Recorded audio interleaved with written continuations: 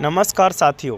India alliance जो हुआ है उसमें सबसे बड़ा जो मुद्दा था वो था कि सीट शेयरिंग किस तरह किया जाएगा। इसको लेकर के मैं आपके साथ चर्चा कर रहा हूँ। 19 दिसंबर को जो मीटिंग हुई इंडिया अलायंस की, उसमें जो सबसे ज़्यादा चर्चा रही वो इसी बात को लेकर के रही कि इंडिया अलायंस में सीट शेयरिंग का फॉर्मूला किस आधार पर तय किया जाएगा। तो मैं आपके साथ चर्चा कर रहा हूँ। सूत्रों के हिसाब से मिली जानकारी के अनुसार मैं आपको ये बताने जा रहा हूँ कि इसमें जो 19 दिसंबर को मीटिंग हुई उसमें इस हिसाब से तय हुआ, जिस राज्य में जो पार्टी मजबूत स्थिति में होगी उसी के हिसाब से सीट शेयरिंग का फॉर्मूला तय किया जाएगा। तो सबसे बड़ी बात आ जाती है कि उत्तर प्रदेश में 80 लोकसभा की सीटें हैं और उत्तर प्रदेश के अंदर बड़े भाई की भूमिका में कौन होगा। तो सबसे बड़ी बात यह है कि अखिलेश यादव मुख्य विपक्षी पार्टी है, जो समाजवादी पार्टी है, उसके राष्ट्रीय अध्यक्ष हैं। तो यहाँ अखिलेश यादव एक बड़े भाई की भूमिका में होंगे और उनके ही हिसाब से यहाँ सीट शेयरिंग का फॉर्मूला तय किया जाएगा। जिस सीट पर बात नहीं बनेगी तो उस सीट का मामला दिल्ली से तय होगा कि किस आधार पर उस वहाँ तय किया जाएगा, उसका निष्कर्ष निकाला जाएगा। तो आज मैं इसी बात को लेकर आपसे बात करता हूँ।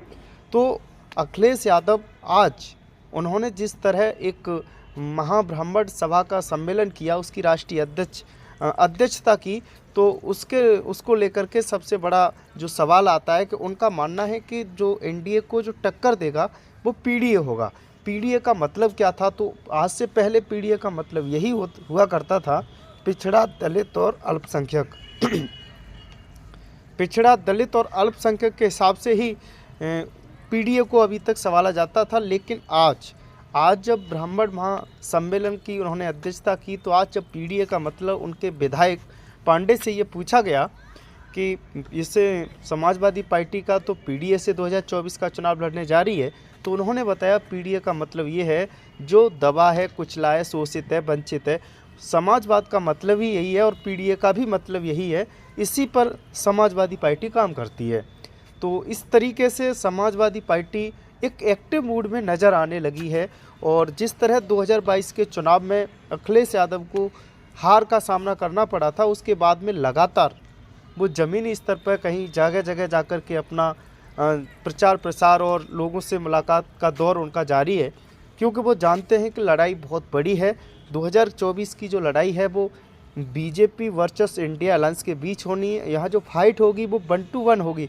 इस बार कहीं मुश्किल से आपको 1-2 सीट पे ऐसा दिखाई देगा जहाँ त्रिकोणीय श्रृंखला दिखाई देगी, नहीं तो आप देख सकते हैं कि इंडिया अलायंस और एनडीए अलायंस दोनों ही के बीच में एक बड़ी टक्कर देखने को मिलेगी।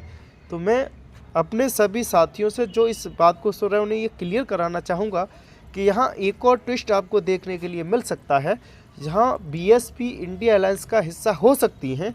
ऐसा अभी इनकार नहीं किया जा सकता। यदि ऐसा हुआ तो थोड़ा और इंटरेस्ट की राजनीति उत्तर प्रदेश के अंदर बढ़ जाएगी।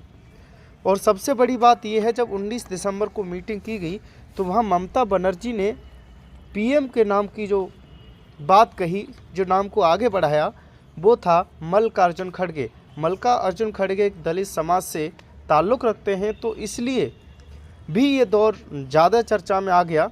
लेकिन अभी ये इंडिया अलायंस से फेस क्लियर नहीं है कि प्रधानमंत्री पद की दावेदारी कौन करेगा। सबसे पहले जो इंडिया अलायंस की जो लड़ाई है वो नंबरों की लड़ाई है कि नंबर उतने ला पाएंगे या नहीं। तो उत्तर प्रदेश की राजनीति ही तय करती है कि दिल्ली पर शासन किसका होगा, दिल्ली किसकी होगी। ये रास्ता जो तय करेगा वो उत्तर प्रदेश सबसे पहले तय करना पड़ेगा। जो उत्तर प्रदेश में बड़े भाई की भूमिका में होगा, उत्तर प्रदेश में जो बड़ी पार्टी बनेगी वही दिल्ली का रास्ता तय करेगी। ये 100% तो नहीं कह सकता, लेकिन 80% ये कंफर्म होता है कि जो उत्तर प्रदेश की लड़ाई जीत जाता है वो दिल्ली जीत जाता है।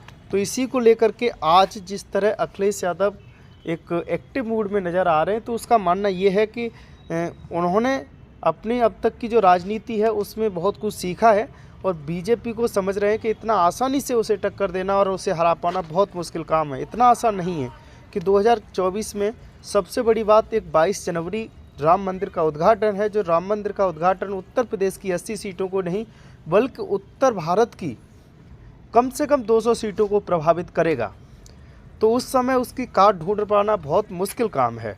तो इसी को लेकर के जो इंडिया अलायंस है वो पूरी तरह से पूरी ताकत के साथ जाति जनगणना मुद्दा हो या फिर हर समाज को शोषित, वंचित और पीड़ित लोगों को जोड़ने की जो बात कह रहे हैं, वो इसीलिए कह रहे हैं क्योंकि इतना आसान काम नहीं है कि इतनी आसानी से वो एनडीए को टक्कर दे पाएंगे, लेकिन कोशिश से कभी कोई हारा नहीं है, इसलिए ये